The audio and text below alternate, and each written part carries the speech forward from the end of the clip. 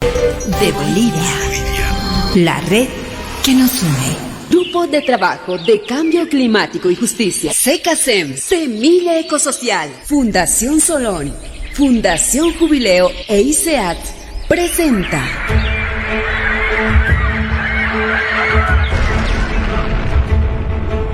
Verdades Ocultas, la hora de la naturaleza.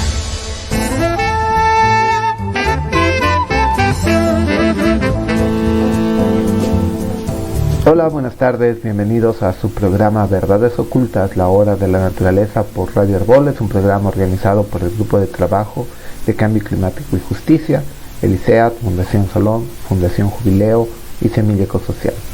Hoy haremos un recuento un poco de los principales temas que hemos tenido durante el año 2024 en temas de cambio climático, y queríamos saludar a Jorge Roberto Márquez. Jorge, buenas tardes, ¿cómo estás? Buenas tardes, Felipe, buenas tardes a toda tu audiencia y a la gente que nos sigue por Herbol. Muy buenas tardes. Bueno, tenemos varios temas para trabajar, porque hemos tenido un 24 bien movido, ¿no? Está el tema del litio, ¿no? Que últimamente se firman contratos sobre posibles exploraciones. Tenemos el tema de los incendios forestales, que ha sido un tema muy marcado durante este 24, y tenemos también el tema de la minería del oro. Entonces la pretensión será, pues, de algún modo trabajar estos temas y hacer un recuento, ¿no?, de cómo nos ha ido en temas de cambio climático, ¿no?, tanto a nivel general como también a nivel municipal. Cómo hemos visto estos temas, etcétera, ¿no? No sé si, Jorge, te parece que podríamos comenzar con el tema del litio, ¿no? Tenemos el tema del litio este año, y bueno, las noticias nos marcan que tenemos nuevos contratos con empresas chinas, con empresas rusas, ¿no?, que quieren explotar el litio en Bolivia, ¿no? Incluso Marcelo Claure hablaba de que el tema del litio es una oportunidad. Adelante, Jorge. De hecho, en el tema del litio hemos visto en el tema del litio grandes problemas desde la creación de la fábrica como tal, sus piscinas y demás, que por el desuso básicamente se han empezado a agrietar.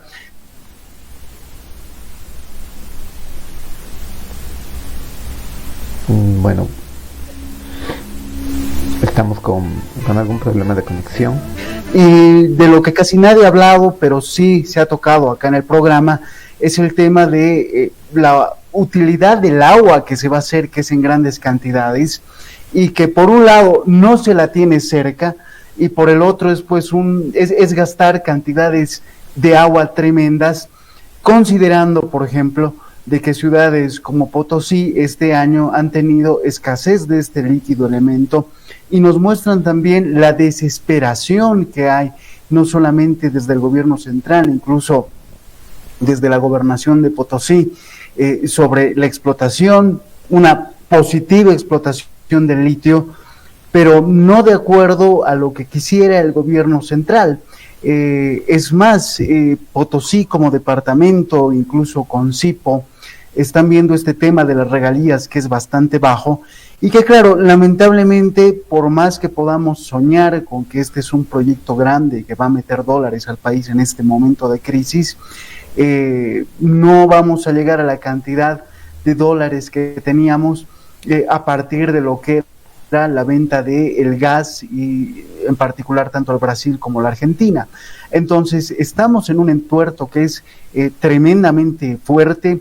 La forma de explotación que va a tener esta fábrica de litio no es muy utilizada en el mundo y es casi experimental, y esto es muy peligroso, no solamente para el país, sino también para el cuidado del salar y la biodiversidad y las afectaciones que se van a hacer.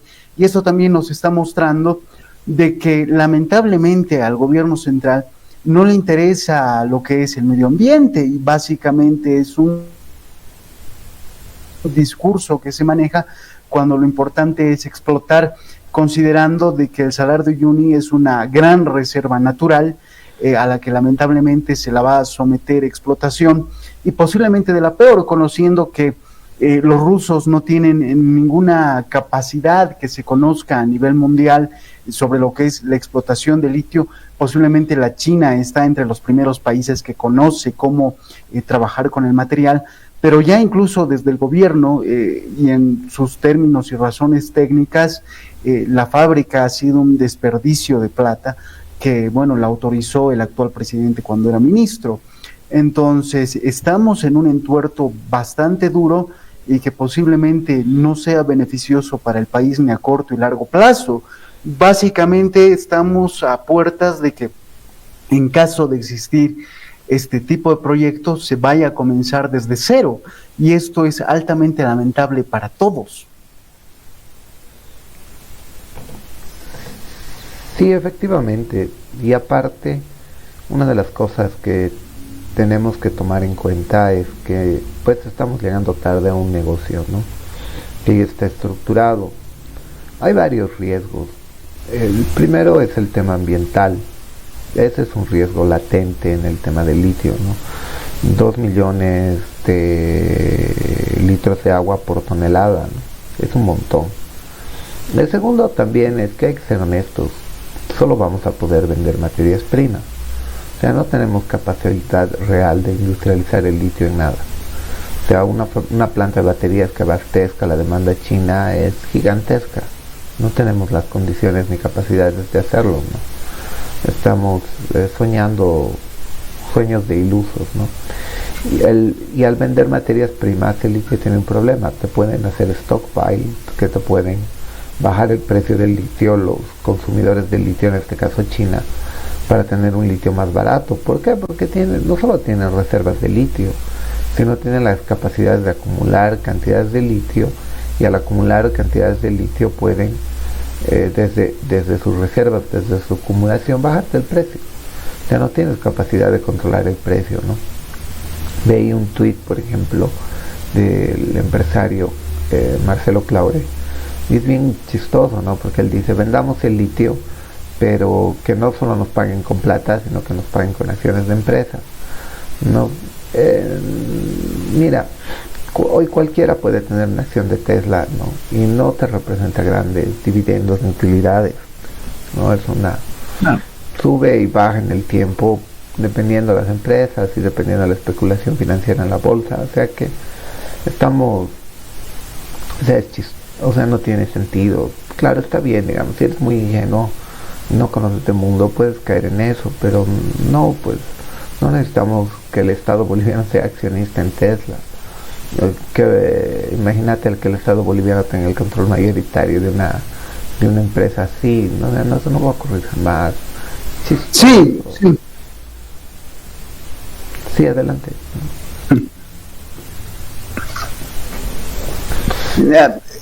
No, evidentemente, ¿no? Seguimos en el perverso sistema económico extractivista que lo conocemos desde principios del siglo XX y que no se ha cambiado, que básicamente lo que vamos a hacer es vender materia prima para que posiblemente afuera se llegue a hacer baterías, porque como Estado y como país no tenemos la capacidad ni tampoco los profesionales, considerando que hasta el mismo gobierno se queja de que esta fábrica es básicamente inútil y no tenemos otra, ¿no? Es volver a rifar un recurso estratégico que tampoco conocemos, ¿no? Y que estamos llegando tarde a un negocio. Australia es uno de los primeros vendedores y grandes negociantes del tema. Estamos dentro de lo que es el triángulo del litio. Tanto la Argentina como Chile ya nos llevan ventaja. Es más, Argentina y Chile tienen acceso incluso al Pacífico para llegar a los mercados como el chino, por ejemplo, y nosotros estamos todavía encerrados mirándonos el ombligo a ver qué hacemos y viendo como si esta fuera la gran oportunidad para salir de la crisis. Entonces tampoco, y en eso tienes toda la razón del mundo, entendemos lo que es el sistema financiero y comercial mundial. Y este es un problema muy grande y también nos demuestra la incapacidad del gobierno. Claure, como tú lo has mencionado, ha tenido una entrevista bastante interesante y es verdad, hay gigantes que están viendo este tema y lamentablemente los aliados o los socios que ha conseguido el gobierno ni siquiera pues llegan a esos niveles de competencia más allá del aspecto ideológico, ¿no? Y esto nos trae grandes problemas, considerando de que el mismo gobierno se queja que el trabajo que ha hecho en esta fábrica de litio que ha realizado tampoco es pues operativa al 100%, y eso no creo que tampoco le vaya a gustar a cualquier inversionista, porque básicamente estuviera llegando al país a empezar de cero con algo que posiblemente ni siquiera necesite o le sirva, y eso demuestra el nivel de improvisación que ha habido sobre este tema, sin tocar cosas que son altamente evidentes como el golpear el medio ambiente y los tipos de pescados que hay cerca, algunas lagunas que hay del salar y la cantidad de agua que se va a utilizar y cómo esto puede afectar a diversas comunidades que están cerca. Y bueno, esto es básico de una economía de enclave, que al terminarse el negocio posiblemente el lugar esté destruido y se haya afectado a diversas comunidades cercanas, y esto es algo que el gobierno que habla de cuidar la naturaleza no lo ha hecho, y es muy peligroso a corto y largo plazo. Es básicamente meterse un experimento, ya lo hemos visto en estudios incluso de CEDLA, que no sabemos si va a salir bien o si va a salir mal, y esto es altamente peligroso para todos. Sí, o sea, al final vamos a acabar la misma de siempre, vendiendo materias primas a precio de gallina muerta para salvar la olla, ¿no? O sea, es que es parte de nuestra historia, lo hemos hecho siempre y lo vamos a volver a hacer. Va a haber unos 2, 3 empresas que van a ser los que van a ganar el gran dinero explotando el litio, si es que todavía, ¿no? Y eso sería, digamos, hasta ahí vamos a llegar. Es todo lo que podemos aspirar y es penoso, pero es otra vez una historia que se repite, ¿no? Es una historia que se repite donde otra vez nos quedamos con el daño ambiental, todo para pues salvar que obviamente Bolivia sin dólares, y se demuestra en estas últimas semanas, cuando no tienes dólares, no tienes diésel, no tienes cadenas de logística, no tienes nada, ¿no? Y lo único que generas es desabastecimiento. Entonces como vuelves a caer en lo mismo, entonces obviamente estamos complicados. Nos vamos a nuestra primera pausa, aquí en Verdades Ocultas, la hora de la naturaleza, y volvemos después del corte hablando de más temas. Volvemos con Verdades Ocultas, la hora de la naturaleza, en nuestro segundo bloque. Estamos aquí con Jorge Roberto Márquez y nos toca hablar sobre otro tema que ha ocurrido en el año, ¿no? Que no es un tema menor, es el tema de la relación con los incendios forestales, ¿no? Este año hemos tenido como afectación muy fuerte el tema de los incendios, pero paralelamente el gobierno ha hecho un contrato con una empresa en Estados Unidos, que es una empresa intermediaria para la venta de bonos de carbono, ¿no? ¿Qué quiere decir la venta de bonos de carbono? Quiere decir que en teoría tú cuidas el bosque y te van a dar algún dinerillo por cuidar el bosque, que es llamado bonos de carbono. El negocio total es por $5,000 millones, pero los intermediarios se quedan con un gran pedazo de esos $5,000 millones, así que tú verás, digamos, la mitad o un poco menos del dinero, que obviamente el Estado lo quiere porque utilizará los dólares para comprar más diésel, ¿no? Utilizará bonos verdes para comprar diésel, y aparte los bolivianos irán al Ministerio de Medio Ambiente y Agua para financiar proyectos de conservación, reforestación y corrupción, pues, ¿no? Entonces los bonos de carbono han sido muy cuestionados por los grupos ambientalistas, porque generalmente es permitirle al mundo contaminar libremente y destruirlo a cambio de unos centavos para salvar el pan de un estado, ¿no? Que un estado que tiene hambre, como el estado boliviano, porque tiene hambre de diésel, y gasolina, porque sin dólares no los consigues.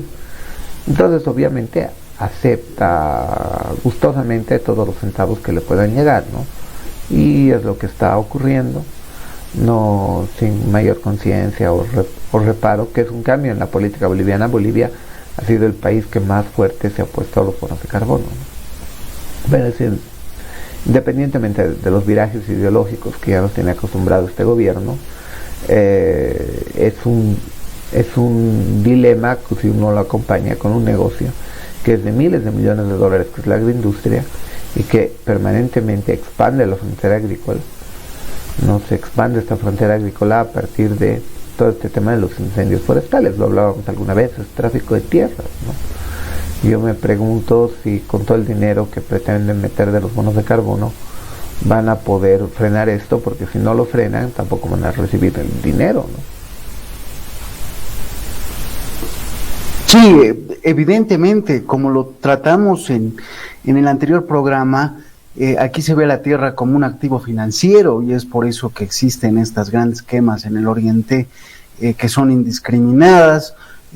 Posiblemente todavía la falta de tecnología que se utiliza en Bolivia hace que tengamos una agricultura y ganadería extensiva en vez de que sea intensiva, ¿no? Sin ir muy lejos, Uruguay, que es un país más pequeño que Bolivia, incluso más pequeño que el departamento de Santa Cruz, que es el que anualmente sufre estas quemas, tiene la capacidad de, en el tema de ganado, tener ganadería intensiva, poder exportar incluso a China y hacerlo en un territorio mucho más chico del departamento de Santa Cruz, por ponerte un ejemplo. Entonces, esto demuestra también que estamos a veces muy lejos hasta el aspecto tecnológico y demás para ver este tipo de negocios. Lo has mencionado de una manera muy inteligente. El gobierno está en una crisis tan grande que ha tenido que aceptar esto de los bonos de carbón cuando por más de 20 años se ha opuesto a estos, ¿no? Porque lo veía como dañino. Y claro, es ese mea culpa de las grandes empresas que contaminan alrededor del mundo para que ciertos sectores en el tercer mundo cuiden lo que les queda de naturaleza. Pero con las quemas que han ocurrido este año, más de 10 millones de hectáreas quemadas, nos muestran también la incapacidad que tiene el mismo gobierno de preservar estas reservas forestales, y que, bueno, esto conlleva a otro problema, con unos bonos de carbono que están ahí pendientes, porque se tiene que hacer un estudio para saber si realmente estamos haciendo este cuidado correspondiente, que posiblemente salga negativo y no se llegue a hacer tampoco ningún otro tipo de transacción. Y aquí el gobierno está metido con una esperanza vacua, pero que se puede caer en cualquier momento por la afectación que hemos sufrido este año, que ha sido una de las quemas más grandes que han ocurrido en el continente, y que claro ha tenido afectaciones a la salud, no solamente a la gente en Santa Cruz, en Cochabamba, incluso aquí en La Paz y en gran parte del país. Y esto creo que no lo han medido, y es la desesperación que hay, como bien lo has mencionado, porque el Estado necesita recursos para comprar hidrocarburos y para que todo el país siga en movimiento. Entonces, ahí están en una gran complicación, con recursos que ni siquiera sabemos que vayan a llegar, y esto es muy peligroso para todos, y posiblemente sea la última jugada desesperada del presidente y compañía para tratar de salir de este embrollo. No, sí, efectivamente, yo creo que es una posibilidad de conseguir dólares porque se nota que hay una desesperación por dólares, ¿no? Que no los va a conseguir porque no tiene gobernabilidad en el legislativo, eso es básico, ¿no? Solito se dispara a los pies porque se pelea con su principal aliado, que es Evo Morales, no puede aprobar un crédito, no tiene la capacidad de conseguir ni 10 centavos en dólares, todo lo que tiene lo tiene que sacar para vender diésel, tiene una diferencia entre el cambio, digamos, de mercado y el cambio formal, llamémosle así, que hace que la gente no traiga dólares.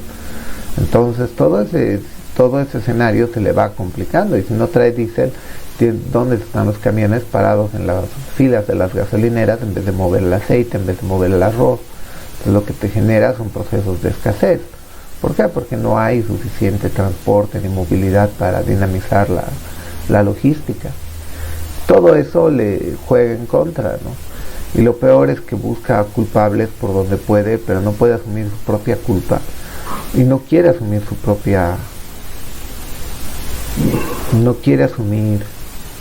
su propia culpa, ¿no? Que es el problema al cual nos estamos hoy día enfrentando, ¿no? Es decir, ¿por qué no asumir, digamos, de manera concreta la culpa, ¿no? ¿Por qué no asume la culpa? ¿Por qué no asume el tema real de lo que ocurre, ¿no?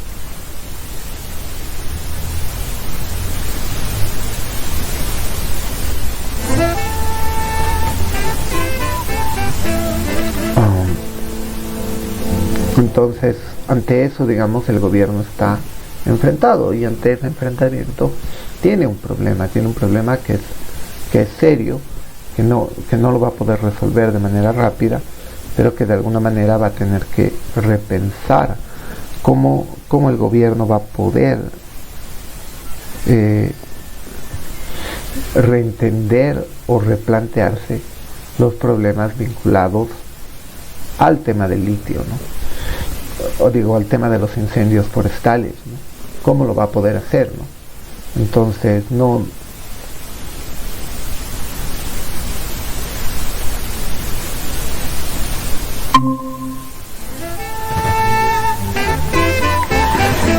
va a tener un hecho sencillo, ¿no?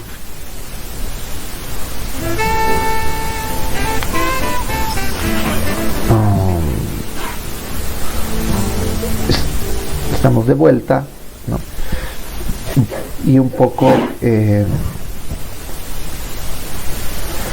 que el gobierno está complicado, ¿no? Tiene una complicación muy muy fuerte en tema de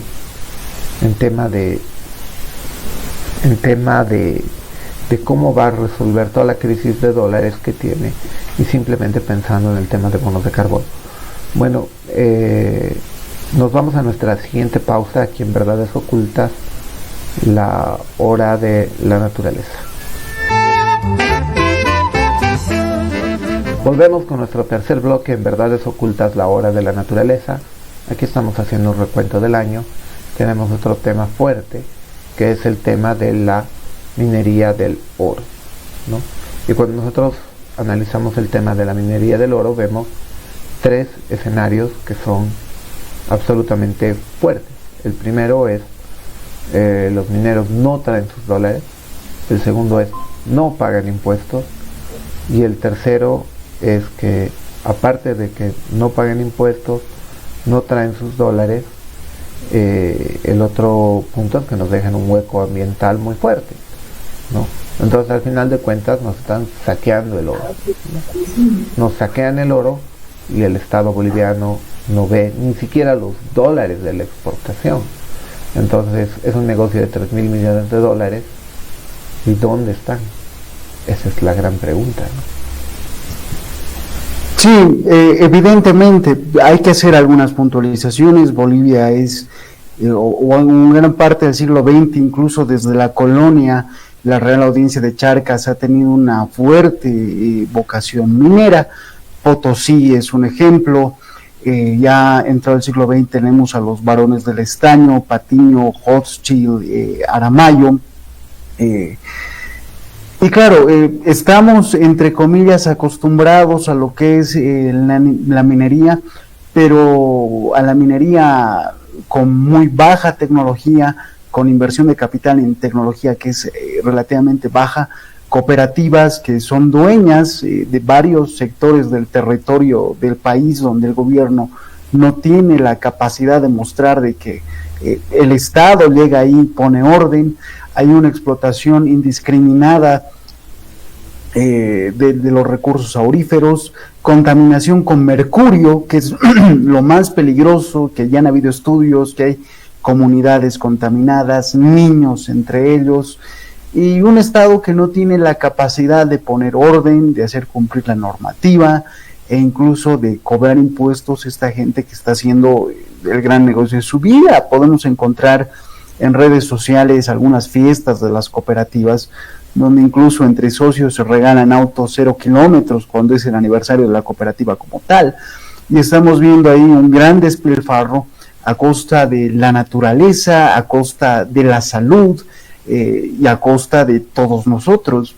Sin ir muy lejos, hay contaminación por mercurio en Viacha, y que se lo ha conocido hace muy pocos meses por el gran trabajo de investigación que hizo la periodista Claudia Soruco, y las autoridades ni siquiera se mosquean, ni siquiera el alcalde de Viacha dice absolutamente nada, cuando es su municipio el que está siendo altamente afectado y que también puede afectar al tema del Alto y de La Paz, pero las autoridades andan mudas. Posiblemente más allá de las presiones debe haber un círculo inmenso de corrupción por la cantidad de plata que se maneja internamente, y que claro, ningún peso de aquellos de la exportación, de la extracción y demás llega a las arcas del Estado en esta crisis que es brutal.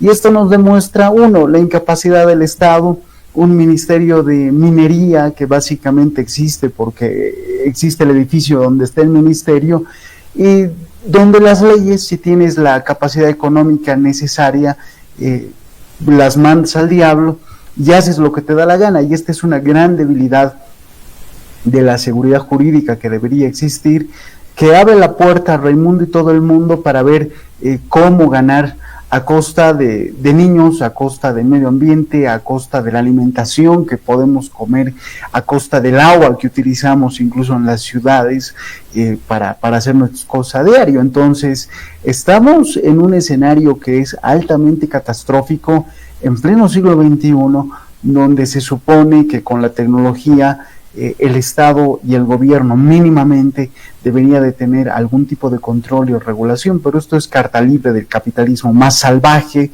donde ganan unos pocos a costa de todo un país, y esto es muy peligroso. No, definitivamente te pones a comparar y ves cómo estos compas se regalan autos 0 kilómetros de lujo, mientras la familia está haciendo fila por conseguir un litro de aceite, ¿no? Y dices, pues, el Estado obviamente prefiere priorizar a quienes están saqueando el país, que son los mineros del oro, que no es otra cosa que saqueo, y en desmedro pues de la propia población, porque al final de cuentas, o sea, ¿para cuál es el sentido de toda la exportación aurífera si no traigan dólares al país? O sea, ¿cuál es el sentido de todo esto? Pues no están trayendo dólares, está claro. Si es un negocio tan grande de 3.000 millones de dólares, más el contrabando, más lo que hay, no hay control en la traída de dólares. Y eso es fundamental. Todavía hablar del sector minero es hablar de un sector que ni siquiera produce alimento. Sí, no, incluso hay una ley de oro que ni siquiera el Banco Central tiene la capacidad de comprar a estos cooperativistas, ¿no ve? Porque tampoco les es negocio. Entonces, el Estado, una vez más, está por demás, no llega al norte de La Paz, donde están las grandes explotaciones que hay, y claro, simplemente mira, posiblemente hay corrupción, eso creo que es indiscutible. En el Senado hace un par de meses no se les aprobó varias cuadrículas, pero la explotación continúa y nadie pone freno. Entonces, esto nos demuestra la incapacidad de un gobierno que en este último tiempo y posiblemente en estos casi 20 años ha sido muy permisivo, y un presidente que no gobierna, que básicamente es una ficha ornamental, que es preso de estos grupos corporativos y que no los va a tocar porque sabe que cuando los toque o los moleste, estos se van a levantar, como ya hemos visto, que han venido a La Paz, han hecho sus marchas y demás, y que bueno, va a tener que arrodillarse a estos y permitir que hagan lo que les dé la gana. Y estos tipos de presiones son grandes, es de más de un grupo, y que es difícil identificar. Por lo menos al principio del siglo XX sabías que Hochschild, Aramayo y Patiño eran los varones del Estado, del estaño, mejor dicho, estaban plenamente identificados y también estos jugaban con sus fichas políticas. Ahora no, porque el grupo corporativo es tan grande que no sabemos quiénes son realmente los que están ahí haciendo plata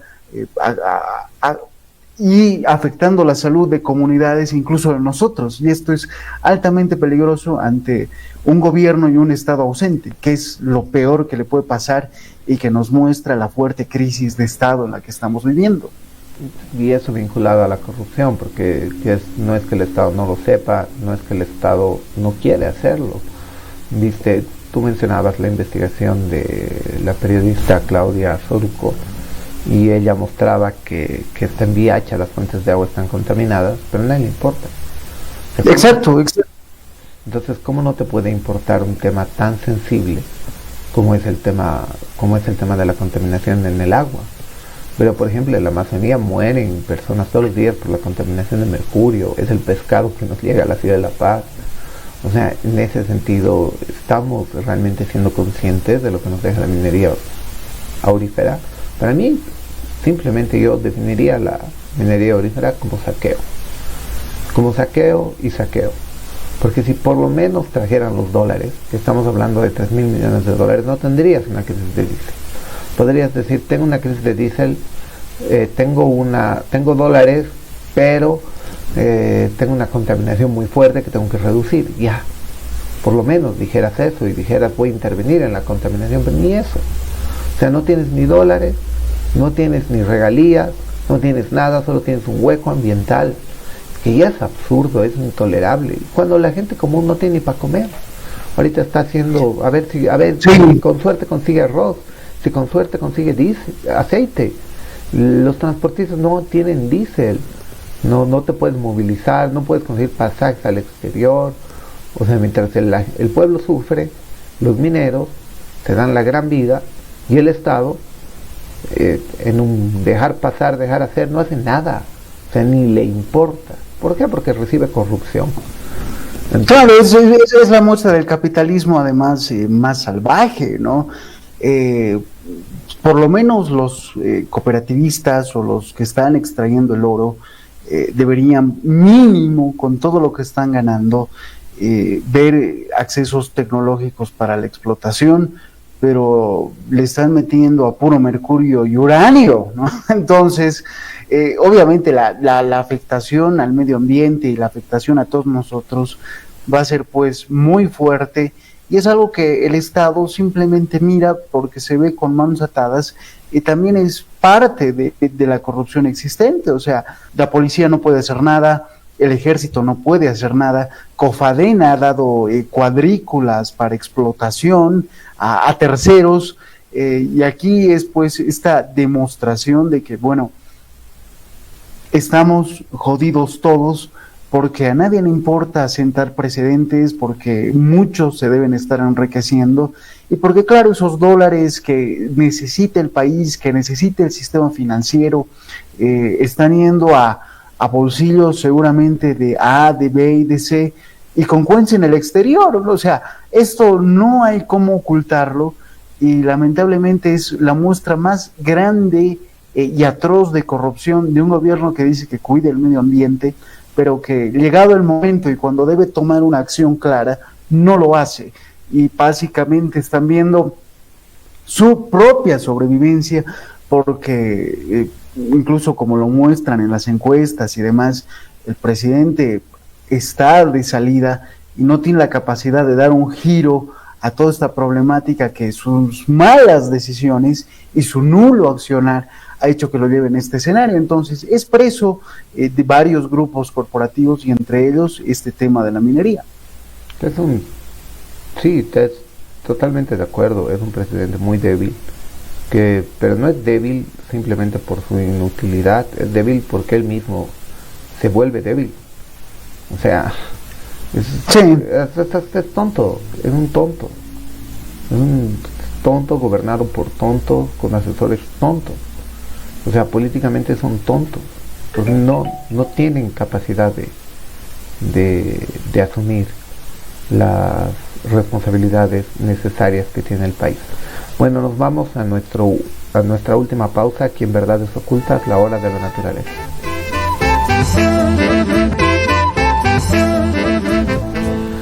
Volvemos a nuestro último bloque aquí en Verdades Ocultas, la hora de la naturaleza.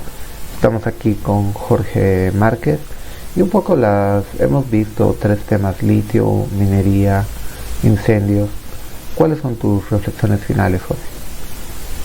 Lamentablemente no solamente el Estado central es incapaz de hacer algo, no tiene control en el territorio, lo mismo lo podemos ver en el aspecto municipal. El bosquecillo de Oquisamaña se encuentra abandonado, lo están loteando; el bosquecillo de Bolonia se encuentra abandonado, lo están loteando; el municipio paceño ve de palco, la gente empieza a construir. Hemos visto el desastre de Llojeta, cerca a los ríos, en lugares que deberían ser de prevención. La alcaldía incluso les hace un plan vial donde esto abre la oportunidad de que puedan sacar catastros y demás y tener luz y agua, y debe ser una forma extraña de preservar la biodiversidad, dándoles luz y agua a las vizcachas. Entonces, esto básicamente es pues mirar a un costado y dejar hacer y dejar pasar, y esto nos demuestra la incapacidad de la gente que está en el poder. No importa si es del MAS, no importa si es del bien común, o no importa de donde sea, básicamente no saben lo que están haciendo. Ya han visto al Estado, como lo menciona HCP Mansilla, en el carácter conservador de la nación boliviana.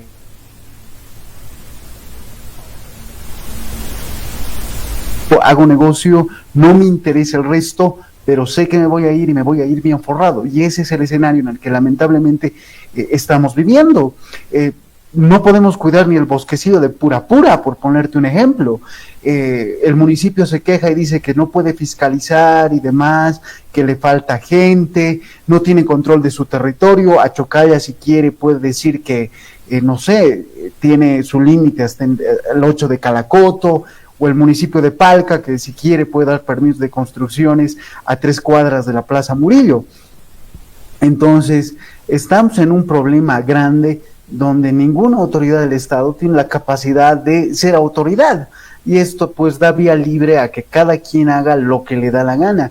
Ni siquiera tenemos la capacidad de cuidar el patrimonio urbano natural, peor el patrimonio arquitectónico urbanístico, y esto también demuestra la ignorancia que existe de las autoridades en todos los niveles, y la mayor afectada por estas cosas termina siendo el Departamento de La Paz y básicamente la sede de gobierno. Si aquí tenemos y vemos los problemas día a día, imaginarse lo que pasa en el resto del país debe ser catastrófico. Santa Cruz, el departamento de Santa Cruz, con las quemas, las afectaciones que incluso ha tenido Santa Cruz de la Sierra en el tema de humo, enfermedades y demás. Entonces, estamos en un escenario cada vez peor, con autoridades que sí han tenido la fortuna de llegar más allá de la capacidad, y esto pues nos demuestra que posiblemente sea el fin de un siglo político y de una generación política, y que los nuevos actores van a tener mucho trabajo para reconstruir no solamente el país, los departamentos y las ciudades desde cero, porque nos van a dejar todo en cenizas, con mercurio, con uranio, y a partir de ahí vamos a tener que empezar a trabajar y a reconstruir una nueva visión de Estado, de ciudad y de departamento, que realmente esté al servicio de la ciudadanía como tal y no de unos pocos intereses. Sí, efectivamente, ¿no? Y yo creo que detrás de lo que tú dices tenemos, yo creo que es en general, se puede ver tal vez el caso que mencionabas de La Paz, es la desconstitución de equipos de trabajo, ¿no? O sea, hay un problema en la gestión pública que yo creo que se expresa en todo lo que hemos visto: economía del oro, ¿no? Hemos visto en el tema de, por ejemplo, de los incendios forestales, o lo ves en el tema del litio, ¿no? El problema es que cuando no sabes lo que haces, o sea, vas nomás ahí porque crees que autoridad es mandar, poder, etcétera, y crees bailar. El alcalde de La Paz es experto en eso, no preste, verbena, claro. No sabe cuáles son sus competencias. Bailar, o sea, no sabe cuáles son sus competencias, o viajar, o estar aquí o estar allá. Entonces tú lo ves estructuralmente y dices, o sea, siendo serios, si no tienes equipos de trabajo profesionales, un ejemplo, digamos, los ríos no se cuidan solos, se cuidan con expertos, no, o sea, necesitas gente que esté detrás de los problemas. O sea, tú como alcalde puede ser que no lo sepas, pero si no construyes equipos de trabajo, no lo vas a poder resolver. Y lo mismo pasa en el plano nacional, ¿no? Está bien, quieres meterle al litio, pero no sabes ni siquiera de qué estás hablando cuando estás hablando del negocio.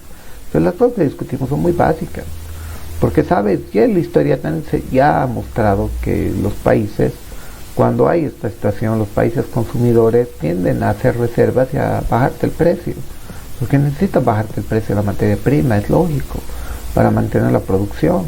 Lo mismo pasa en el tema de los incendios.